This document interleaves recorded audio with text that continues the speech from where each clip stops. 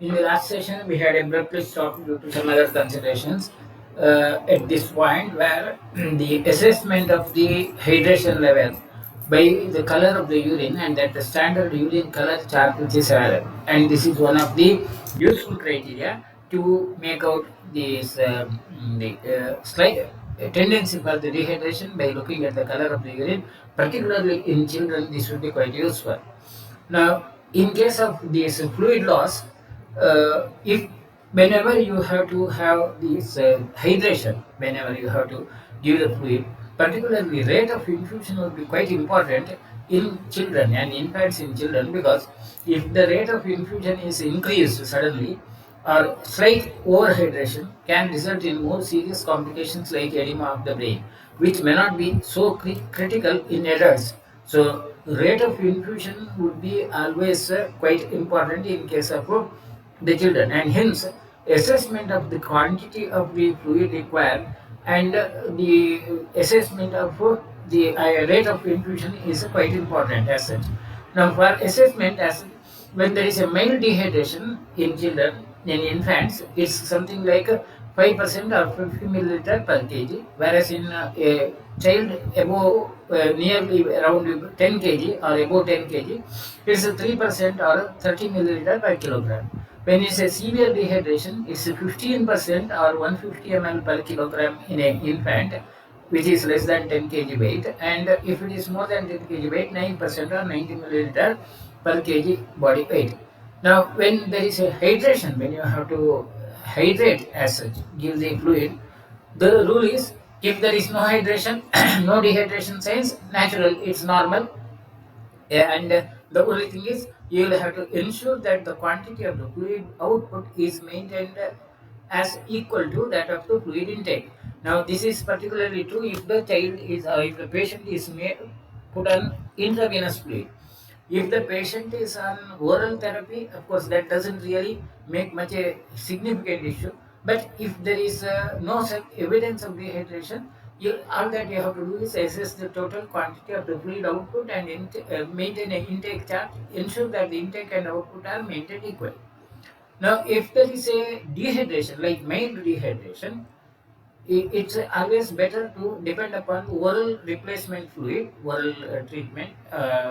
Fluid is always better wherever the patient is able to take orally, and the oral quantity, fluid quantity could be 50 milliliter per kilogram in 4 hours. That could be sufficient, and particularly in children, this rate is quite important.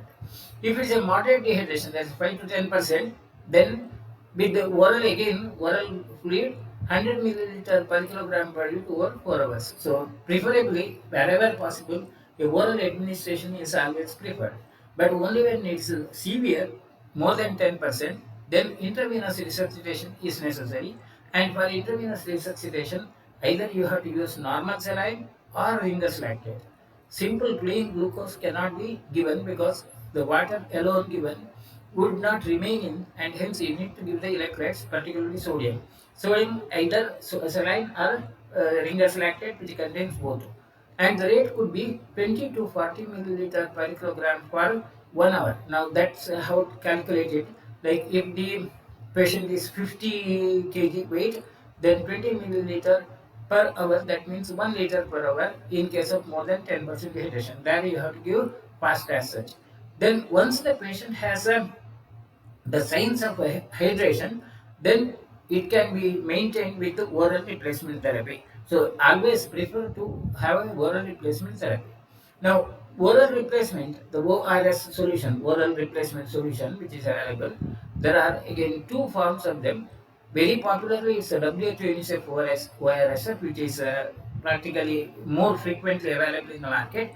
And what it contains is, it contains sodium chloride 2.56 grams per liter, potassium chloride 1.5, and glucose 13.5, and trisodium citrate dehydrate are 2.9, total 20.5 grams per liter of electrolytes. That's 20.5 grams per 1 liter. Whereas there is other osmolarity, there is a ORS also, and it's containing the millim, this osmolarity of this fluid is 245 as such.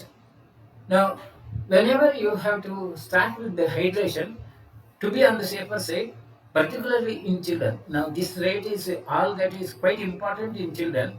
In adults, slight here and there would be okay, but still, even in adults, it has some relevance. In children, in pediatric conditions, this is critical.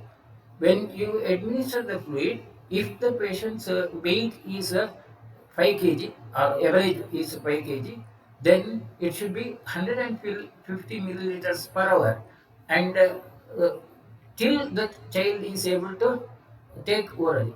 And 150 milliliters per hour means 20 drops per minute. Something when you use this IV drip solution, usually it's around 20 drops per minute. When the child is of 10 kg body weight, 300 milliliters per hour, that means something around 40 drops per minute. That would be the rate of infusion which has to be maintained. In children above 15 or 20 kg, then the rate has to be same 450, or in a 100 kg person, it should be 3 liters per hour if necessary to rehydrate. That's the maximum rate of infusion in any patient, where when you have to give 3000 milliliters per hour, you need a pump, IV pump. Simple drip sets would not be enough, and this is for the critical dehydration conditions, severe dehydration conditions. And whenever I say this unit, these levels, it's the uppermost limit which is available, which is should be given. It should not be more than that. It can be lesser than that. And particularly in children below 15 kg, you have to be always on the lower side of this unit, 150 milliliters, less than that. It should not be more than that when you give IV fluids in children for replacement therapy.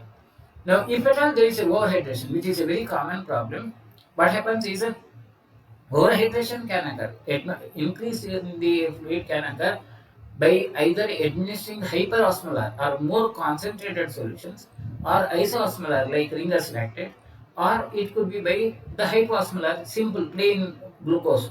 Now, when you give plain glucose, which is not indicated, which should not be used as such in case of these dehydration conditions, the water gets accumulated in the extracellular compartment, and it can result in a load on the kidney, and this extra fluid which is accumulated in the extracellular compartment may not shift to the intracellular compartment, and the tissue, it shifts more to the intracellular compartment. There will be more of fluid shifting to the intracellular compartment, resulting in the edema of the cells. Cells become edematous. In a hypoosmolar condition, when you give more plain liquid only without the osmolarity, that osmolar contents, as such osmolar contents are decrystalline contents. If they are not present, then the more fluid will enter into the intracellular, and intracellular area will be swollen, cells will be swollen. Now, this is presented as a one generalized edema can occur, and puffiness of the face, and headache in common. And in children, it may result in disorientation, seizures, even coma conditions. Convulsions or coma also can occur in children due to overhydration, and hence, as a rule, the hypoosmolar solutions are not given in case of dehydration as such. Isoosmolar, like Ringer's lactate, there is no such driving force, and it's always safe. And as long as you are giving the equal quantity as that of the infusion required, there will be no much of a complication as such. But if at all the quantity is more, it can result in a load on the kidney and edema, or even hypoaldosteronism. The aldosterone content can be lesser. It can reduce as such, and hence there too overhydration is avoided. Then hyperosmolar, like 10% saline, or maybe higher concentrations of the saline when they are given, then it may result in the shrinkage of cells. There will be sucking of the fluid from the intracellular compartment, and hence it can result again in respiratory complaints and the neurological conditions. But hyperosmolar fluids are not given as a treatment of dehydration. Rather, they may be administered in certain surgical conditions like neurosurgery to reduce the edema of the brain. Hyperosmolar solutions are given in the postoperative period Now, in such conditions, this is pretty important. Like if at all you give hyperosmolar solutions, it should not go to the level where the cell should shrink. So calculation of that would be important. But that's not a part of the dehydration therapy. It's to induce the dehydration symptoms. The hyperosmolar solutions are given to induce the dehydration conditions in certain specific conditions, particularly in neurological surgery, not the other way. So, or hyperosmolar conditions may be fluids may be given as a correction of the electrolyte imbalances. When there is any reduced electrolyte content, you may have to give higher concentrations. That again, there could be an accidental increase, accidental administration of more than what's required, and that can result in the complications as such. Now, the real situation, what happens is whenever there is a hypertonic solution, the cells will shrink. When there is a hypotonic solution, the cells will be swollen and the whole tissue becomes rigid. Isotonic solution is always preferable. Now, the overhydration can occur, as I told you, it could be the same, whatever we have discussed. It could be like isotonic overhydration, could be if the rate of infusion is faster, like inadequately controlled situation. Patients with renal failure, patients on long-term corticosteroid therapy, the risks of overhydration are more. So, whenever you administer a fluid, even if it's a isotonic solution, if the patient is of a possible renal failure or the patient is on corticosteroid therapy, rate of infusion has to be very slow, much lesser than what we have considered as a safe limit. That safe limit we have already considered in relation to the body weight in the previous slides, and that has to be always on the lower side. A hypertonic overhydration can occur due to excess of sodium injection or rapid infusion of hypertonic solution. As I told you, it's only in case of the other way. So that's about the water and dehydration conditions. The next part which we discuss would be electrolyte imbalances. Among the electrolyte imbalances, you start with the hyponatremia. That's a increase in the sodium level. A increase in the sodium level or hyponatremia can be presented as a hypovolemic, hypovolemic or hypervolemic. Hypovolemic in the sense when the fluid is lost. See, when the water content is lost and without the corresponding loss of electrolytes, there could be sodium built up. The sodium concentration in the extracellular fluid will increase if there is water is lost without corresponding this loss of the sodium. Euvolemic is when the total volume of the fluid is normal, but still it can occur. The sodium could be accumulated due to abnormalities of the mechanisms of sodium excretion. Hypervolemic are when the patient is given a higher concentration of hypertonic saline, usually given hypertonic saline. As I told you, it could be for the correction of hyponatremia, or it could occur, it could be administered in case of surgical conditions, or it also can occur in endocrine pathology like Cushing syndrome. Hypovolemia, hypovolemic hypernatremia, increased sodium concentrations with a lesser volume of circulation can occur in case of renal pathology, particularly when you administer diuretics and case certain renal diseases, intrinsic renal diseases, where the kidney is not able to concentrate or kidney is not able to excrete the sodium. Now, major amount of the excretion of sodium occurs in the distal cannulated tubule, and if the distal cannulated tubule is not functioning, the functioning of that part of the kidney is not proper, that can result in the accumulation of the sodium in the body, and without a corresponding increase in the volume of the circulation, the patient may have a hypernatremia. Extrarenal are when the patient has lost the fluid, particularly vomiting or diarrhea.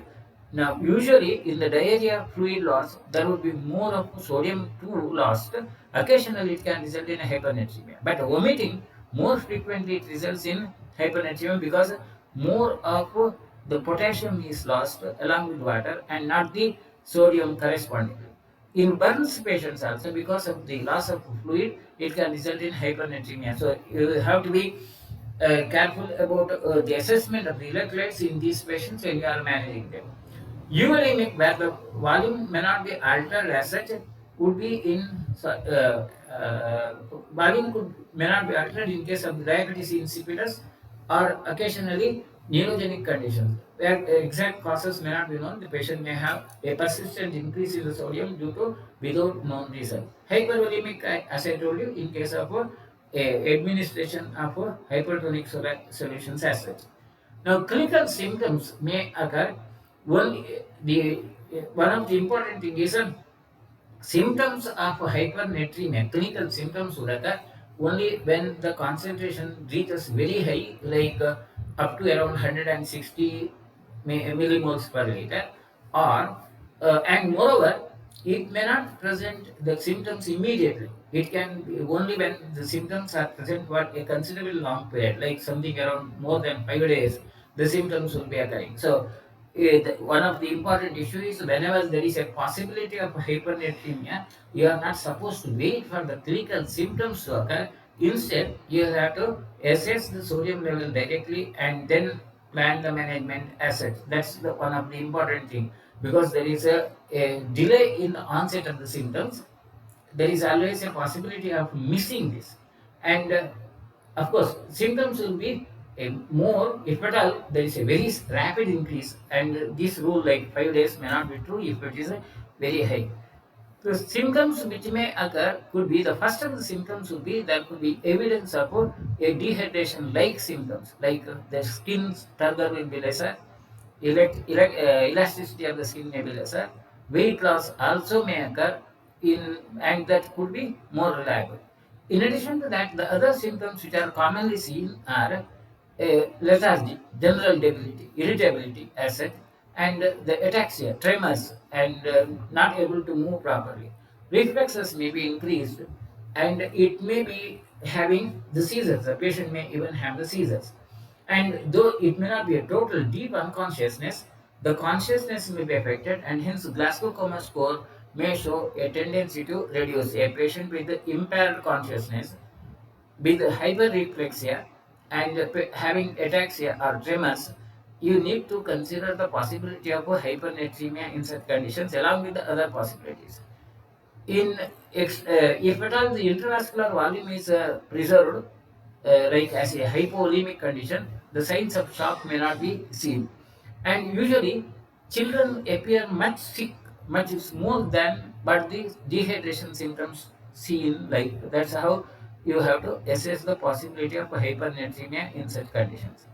Now, correction of the hypernatremia, it has to be by a correction factor. That correction factor calculation of how much of the sodium has to be given is by assessing total body water deficit. Total body water deficit with signs of dehydration, which you have already assessed as such in we have discussed in the previous discussion, part of the discussion of dehydration. You have to calculate the amount of the water required by the body, plus a correction factor is given, multiplied by premorbid weight. Premorbid weight is the weight of the child before the event has occurred, and multiplied by 1 by 140 sodium, or that's the deficit of the sodium, and 5% of dextrose in water. This has to be the total quantity of the fluid to be given. 5% of the dextrose has to be given as a correction. It's a not saline. It should not be saline. It should be plain water. Instead of plain water, you give dextrose.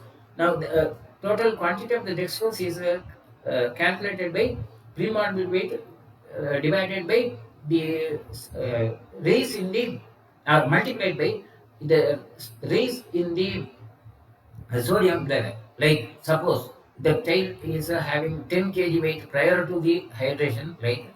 Then you will have to, and if the sodium level is 160, then you will have to multiply that 10 into 20, 200 ml with the correction factor. That's in children is 0.6, in adult and in elderly women it's 0.45. If it's a child, the 0.6, that's a 600 ml of 5% dextrose has to be given. So that's how it has to be administered. Suppose the similar situation is in adult, then 500 ml would be enough. That 0.5 is the correction factor, and this has to be the treatment. So in case of hypernatremia, the correction has to be done by calculating the amount of the water required by having this formula, and this formula is a very important formula. and you will have to calculate that. Now, the next is hyponatremia. From the clinical point of view, hyponatremia is less common, whereas hyponatremia is more common. And the hyponatremia can occur due to either the deficit of water or sodium, consumption of water and this sodium together has been reduced due to any reason. Then it can result in sodium and water deficit in the body, and the causes which can and ultimately it can result in the total body water content reduced and the volume of the circulation becomes reduced. So one of the important clinical signs in case of these hyponatremia produced due to water deficit would be the blood pressure tends to be lesser, circulation becomes the sluggish circulation. Causes of this can be in case of either renal losses or extrarenal. Renal losses of the fluid can occur due to administration of the diuretics, or patients who have an endocrine pathology where the corticoid deficiency occurs as in case of the Cushing syndrome, or patients who have the nephritis, renal pathologies where there is a tendency for losing the sodium, renal tubular pathologies, ketonuria, so on, it can occur. And the patients who are administered mannitol. Whereas extrarenal losses can occur due to either vomiting, diarrhea, or burns, pancreatitis, and even injury to the muscles. When the muscles are crushed, that can result in the toxic accumulation. And to make out the difference, it's not enough if you make out the sodium level in the plasma. If you assess the sodium level in the urine, that can make out. Patients who have a renal pathology, the sodium level in the urine would be more than 20 millimoles, whereas in the patients who have extrarenal, the sodium level would be at 10 ml or 10 millimoles or less than that. In such patients, a simple isotonic saline would be enough. You don't need to go for hypertonic saline as such. Isotonic saline has to be given till the sodium level comes to normal. Then hyponatremia also can occur due to water excess, consumption of excess of water either orally or IV fluid. More commonly, it occurs due to increased administration, rate of administration by IV, this or a faster administration of IV fluid. It can result in water excess. Now, in these conditions, the total body water content raises, whereas the sodium, total content of the sodium in the body may be normal. It's only the water content which is increased. The sodium as such is not reduced, but sodium concentration will be less reduced. The whole plasma becomes diluted as such. It can occur due to glucocorticoid deficiencies, hypothyroidism, or psychiatric disorders also. Many drugs can induce this as such, or simply due to exceptional consumption of the water. In these conditions, essentially, the urinary sodium concentration is always lower. And majority of the conditions, they do not require any other rigorous treatment except restriction of the water. The total water content has to be restricted so that the dilution of the plasma doesn't occur. And you don't need any specific treatment. At the most, if at all the condition is quite critical, you may have to give a diuretic, small dose of sodium losing diuretic like furosemide, and that would be enough to manage the conditions as such. Hyponatremia can be managed with that. Then in sodium and water excess, if there is a excess of both sodium and water, where the total volume of the circulation tends to be increased and hence the total body water as well as the sodium would be increased. This is more critical. Hyponatremia produced due to excess of water as well as the sodium, but the concentration is lesser. It will be difficult to manage. And these do occur due to systemic conditions like renal failure or nephrotic syndrome as such. It's always a critical end stage presentation of these conditions. The management of these conditions is quite difficult. A hyponatremia produced in patients with the systemic disorder like a nephrotic syndrome or renal failure will be very difficult to manage, and it to a certain extent can manage with the maintenance of the sodium and fluid content by calculating it accurately, but the ultimate treatment has to be dialysis. Like you may need an interventional treatment like dialysis. Sodium and water restriction to a certain extent would help in maintaining the condition once the patient is in a safe limit. So the hypervolemic hyponatremia is always more difficult to be managed, whereas euvolemic hyponatremia is relatively easy to be managed. But from the clinical point of view, that hyponatremia is quite important. Clinical symptoms of hyponatremia are when the symptoms are the hyponatremia level is in between 130 to 134, the symptoms will be milder. When it is 125 to 129, then it's considered as a moderate. Less than 125 is considered as critical. The initial clinical symptoms which would occur would be nausea, vomiting, headache, lethargy, fatigue, loss of appetite, and then seizures and coma. The problem would be symptoms of hyponatremia and hypernatremia, they are almost similar. So clinical decision about that whether it is a hyponatremia or hypernatremia would be quite difficult if you do not get a proper history. See, if there is a history suggestive of a possibility of hyponatremia, then you can guess about that. Particularly in old age patients, you suspect the hyponatremia more commonly than the other way. So most of the times you may have to depend upon the lab investigations as such. So before the lab investigations, if you have to start the treatment, if a condition is seeming to be acute, then you will always have a problem of deciding whether it is a hyponatremia or hypernatremia. In general, patients of hyponatremia would have a higher pulse rate, the tachycardia. Hypernatremia, the pulse rate would be either normal or maybe slightly lower. But this is not very accurate science. But most of the times, to guess about the possibility, it can be a guideline. So pulse rate of or assessing the pulse rate to confirm whether it is a hypo or hypernatremia is not very accurate, but still it is a practical useful, which can be useful till you get the lab results as such. So that's about one of that.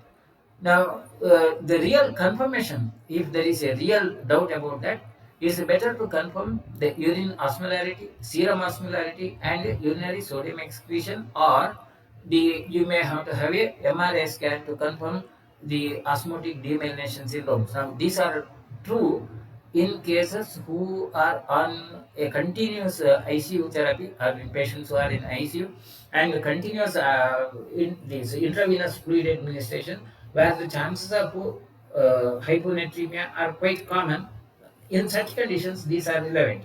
But in a clinical condition like ours, where we treat only the moderately critical conditions, not those highly critical issues, this may not be very relevant. We may not use these criteria in the regular clinical practice, but these may be necessary whenever you have such doubt like hyponatremia or hypernatremia, and particularly this kind of a complication, shifting from hypo to hyper, is more common in case of ICU conditions where the patient is maintained as such.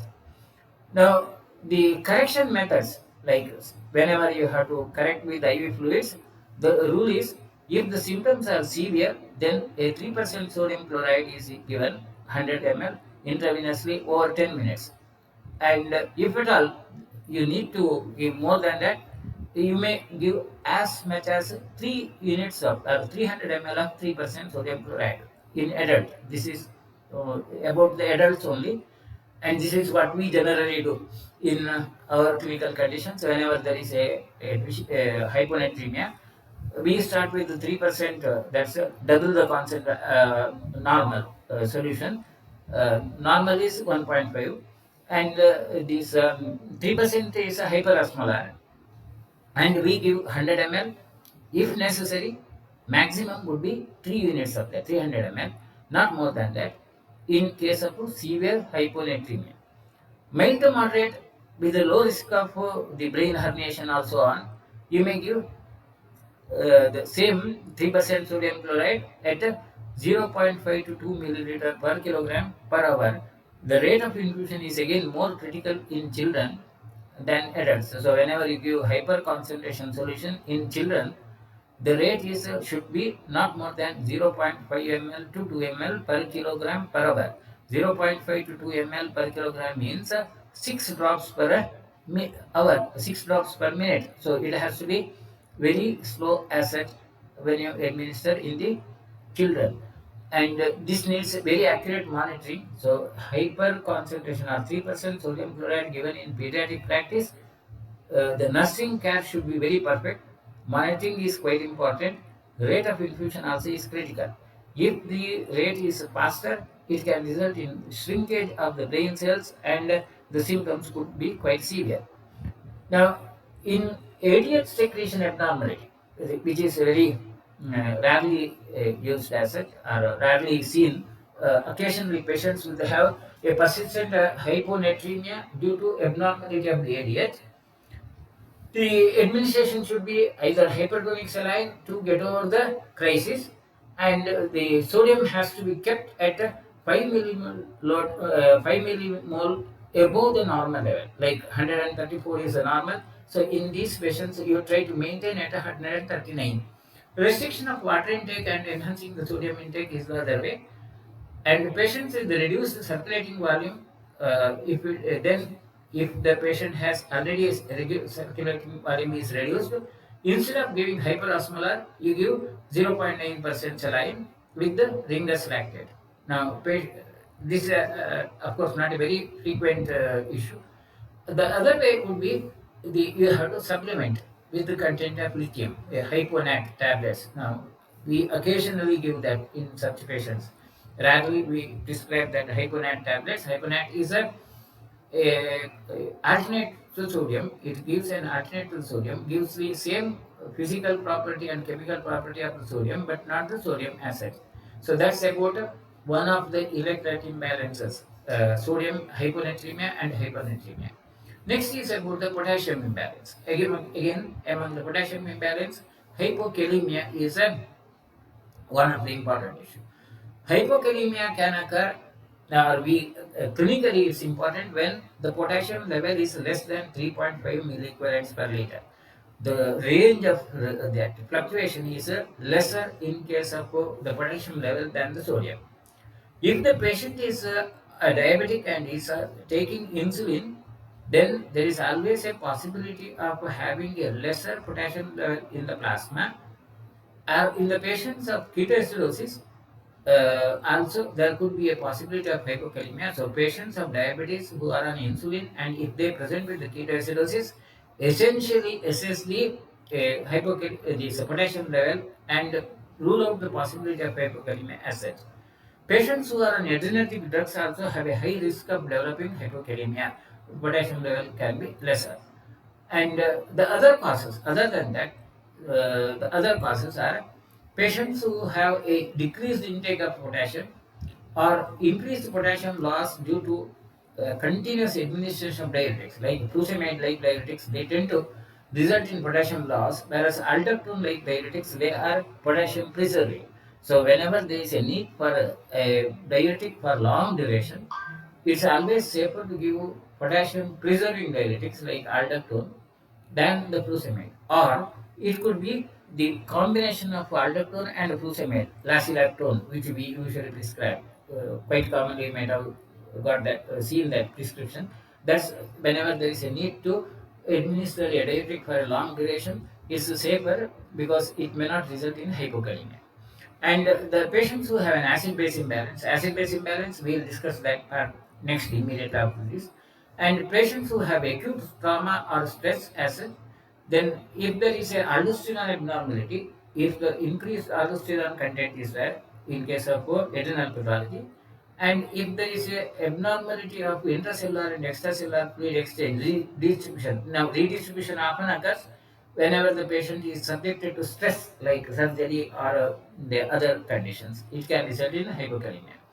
Clinical manifestation of hyperkalemia is very standard, critical, like very this identification is easier. It starts with the neuromuscular weakness, flaccid paralysis. Now, then it will be also critical when that flaccid paralysis involves the respiratory muscles. Respiratory arrest can occur, and even fatal complications can occur. So often the patients would have that neuromuscular pathology, which often produces a confusion with the neurological conditions like amyotrophic lateral sclerosis or your Guillain-Barré syndrome like conditions is one of the differential diagnoses. Hypokalemia is one of the different diagnoses. Whenever a patient has a rapid onset of neurological weakness in the flaccid paralysis. And risk of respiratory arrest is one of the acute risks. So whenever you treat such patients of hypokalemia, you should be prepared to meet with that respiratory arrest. If the respiratory arrest occurs, the only choice is ventilators. Ventilators are required. And constipations, arrhythmias, particularly one of the typical standard would be when you look at the ECG. In the ECG, that ST segment will be having a wave-like fashion, which is also called as U wave. The T wave and above the T wave, you will have another wave-like, and there is a delay in conduction of the impulses. The gap between the two RR would be always longer. There will be a bradyarrhythmia or occasionally other sorts of arrhythmia. Irregular rhythms can occur. Postural hypertension also can occur, and cardiac arrest also is one of the major complications. Treatment, of course, it has to be based upon the blood test. You have to have the assessment of the potassium level, calculate the amount of the potassium required, and administer the potassium. Whenever it's possible, it's always better to administer the potassium orally because there will be no risk of hypernatremia. Very rarely you may have to give with this IV or parenterally. Parenterally administration of potassium has to be very careful, particularly if the because slight hyperkalemia can produce another more serious complication. So it's always better to depend upon the oral supplement than really the IV. IV is used only in case of acute serious complications and where there is a monitoring facilities. That's about the hypokalemia asset.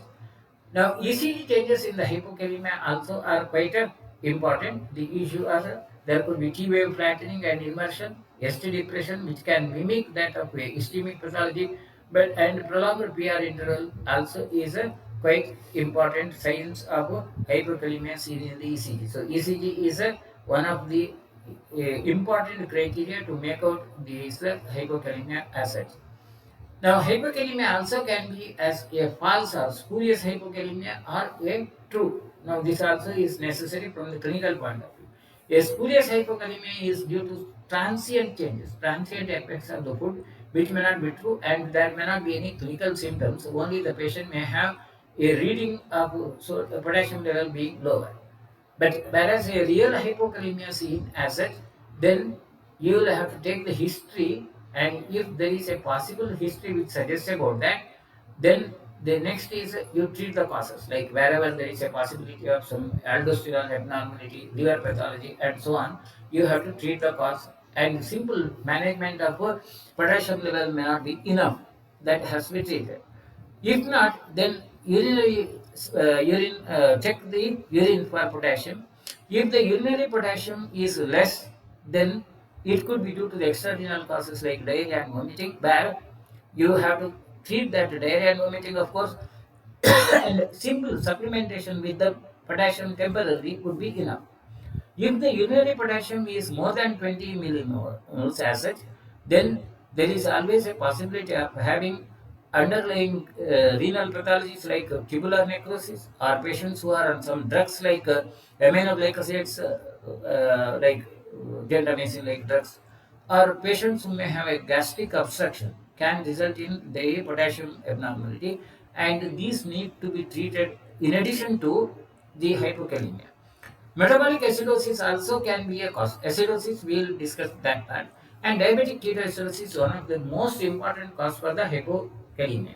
And as a rule, in a patient of diabetes, if at all you have to give insulin, particularly diabetic ketoacidosis, the rule is you will have to supplement that with the potassium along with the insulin. Even if the level is normal, a patient on diabetic ketoacidosis, whenever you have to supplement the insulin, potassium has to be given.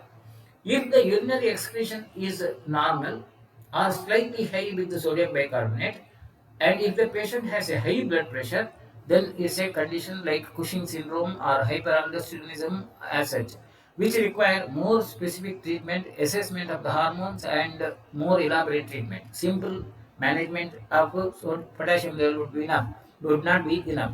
So now whatever we limit ourselves to this part of emergency management. The other part of management is more detailed. Maybe in due course of time we can discuss that. If the pressure is lower, it could be due to diuretics, or it could be like the magnesium depletion, or it could be like other syndromes like where there is an abnormality. In these conditions, again, the assessment of the cause is important in hypokalemia. Now, in all that, the simple management would be, as I told you, prevent potassium loss. Potassium sparing diuretic has to be given. Potassium chloride, the part chlor, oral, is always preferable. And rarely, if this would not be enough, AC inhibitors like enalapril may be given. And same as I told you, diabetic ketoacidosis, potassium should always be prescribed along with the insulin as a rule. Now, the next is hyperkalemia, potassium level being more. A potassium level being more than 5.5 milliequivalents per liter, in such conditions, you'll have to check for renal diseases or a massive cellular trauma, insulin deficiency, Edison disease, potassium sparing diuretics, like patients who are on aldactone for a long time, or maybe acidosis, decreased blood pH, and exercise also can slightly, rigorous exercise can result in a slight shift of potassium from the cells into the plasma, and hyperkalemia can occur. A spurious hyperkalemia also can occur in patients of thrombocytosis or leukocytosis due to other reasons. There could be these leukocytosis and thrombocytosis can is the underlying cause that the potassium level being altered is seen as just a reflection. That's why it's called as a spurious hyperkalemia. Patients who have a hemolysis, or simply if you clench the fist with the tourniquet when you collect the blood sample and repeated clenching, and the circulation has become reduced, and when you collect the blood sample, that blood which has become stagnated can result in a level shown above the normal. So whenever you collect the blood sample for the potassium level, we ensure that the tourniquet is placed and immediately the blood is collected. If the muscle is strained after the tourniquet is tied, and the muscles under rigorous contraction, that itself can result in a temporary raise in the potassium level in that blood which you have collected, and this should be ruled out. That's all the important thing. Clinical evidence, clinical manifestations would be, there could be hyperactive muscles. There would be usually jerky movements of the body, or numbness or altered sensations. Paresthesia can occur, and later it can result in a flaccid paralysis. So hyperkalemia also later on it can result in flaccid paralysis. Hypokalemia starts with the flaccid paralysis, whereas hyperkalemia starts with the hyperactive muscles, increased tone, and then the flaccid paralysis occur. And ECG pattern also will be changed as such, which can result in heart block, bradycardia, or even cardiac arrest. Now, the typical ECG changes in a hyperkalemia would be that there will be a rapid heart rate, and T waves become more prominent. P wave widens, widened P wave, and it becomes flattened. And PR segment lengthens, and if it is very high, like more than 7 milliequivalent per liter, then it can result in a prolonged QRS interval, or the shape of the QRS will becomes haphazardly altered. It's bizarre. The shape would be abnormal, and any sort of conduction block, bundle branch or fascicular blocks can occur, and this can be a major these ECG signs of hyperkalemia. Treatment for hyperkalemia: if you have enough time, then decrease the intake and renal excretion. In a chronic condition, do not administer anything. Just ensure that the potassium intake is reduced, and facilitate the renal excretion by a diuretic. Whenever you give insulin and glucose, it has to be always with the hyperkalemia. And for hyperkalemia, you can give insulin plus glucose in suitable patients. Glucose as well as insulin, it can make the shift of the insulin potassium into the intercellular compartment. Bicarbonates given intravenously also can reduce the high potassium level to a certain extent. That could be the other alternative treatment case of hyperkalemia. To counter the effects on the heart, to complications of the heart, calcium can be given.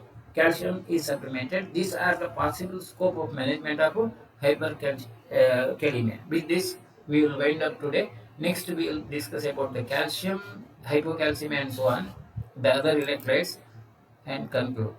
If there are any questions, right? There are no questions, so we will wind up today. Thank you.